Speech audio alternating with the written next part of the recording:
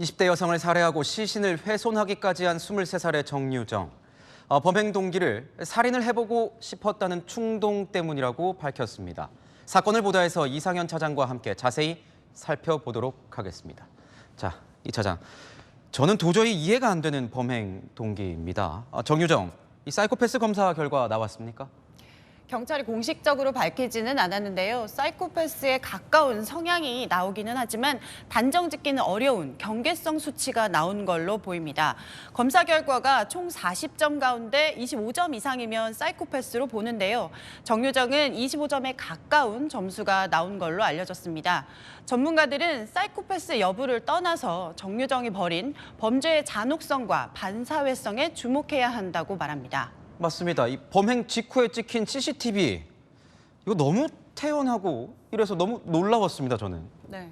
캐리어를 끌고 가는 모습이 마치 여행을 떠나는 사람처럼 가벼운 발걸음인데요.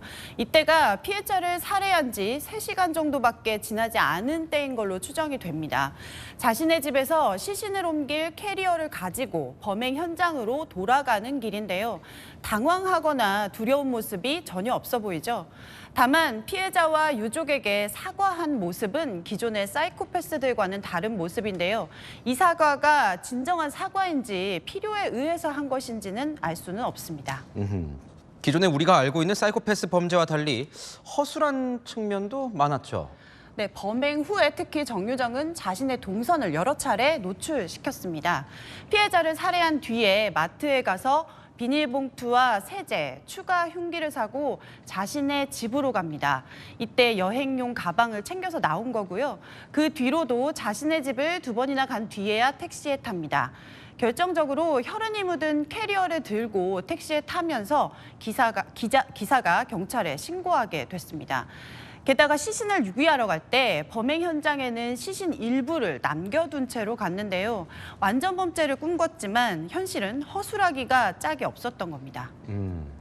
반사회적 성향은 분명하지만 사이코패스로 보기는 어렵다, 뭐 이런 건데 전에도 이런 경우가 있었습니까? 역대 사이코패스 점수가 가장 높았던 건 유영철입니다. 그 밖에 강윤성, 강호순 등 이름만 들어도 알만한 연쇄 살인범들인데요. 대부분 치밀하게 범행을 저지른 뒤 자기의 잘못을 인정하지 않았습니다. 반면 잔혹범죄를 저질렀지만 사이코패스는 아닌 경우도 있었습니다. 지난 2021년 세모녀를 살해한 김태현은 범행 후 현장을 떠나지 않고 자해를 한 점 등이 사이코패스와는 거리가 멀었고요. 신당역 스토킹 보복 살해범 전주환이나 제주도 한 펜션에서 전 남편에게 수면제를 넣은 카레라이스를 먹인 뒤 흉기로 살해하고 시신을 훼손해 유기한 고유정도 사이코패스는 아니었습니다.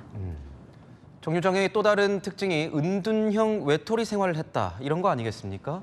네, 정유정은 고교 졸업 후 5년 동안 공무원 시험 준비를 하면서 사실상 고립된 생활을 해왔습니다. 경찰의 휴대전화 포렌식 결과 교우 관계라고 할 만한 지인이 없었던 걸로 확인됐는데요.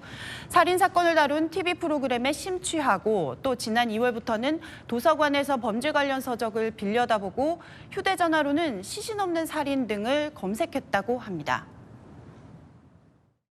내가 혼자였고 그러다 보니까 사람 쥐고 싶었다 이런 얘기를 하는데 속마음을 그대로 얘기한 게 아니라 원하는 대로 얘기해 줄 수도 있는 거고 다만 상황은 이해할 수 있죠. 그래도 여전히 풀리지 않는 점이 많죠. 네, 아직까지 범행 동기가 분명하게 드러나지는 않았기 때문에 왜 가외 앱을 통해서 피해자를 선택했는지 등 면밀한 수사가 필요해 보입니다. 네, 지금까지 사건을 보도였습니다.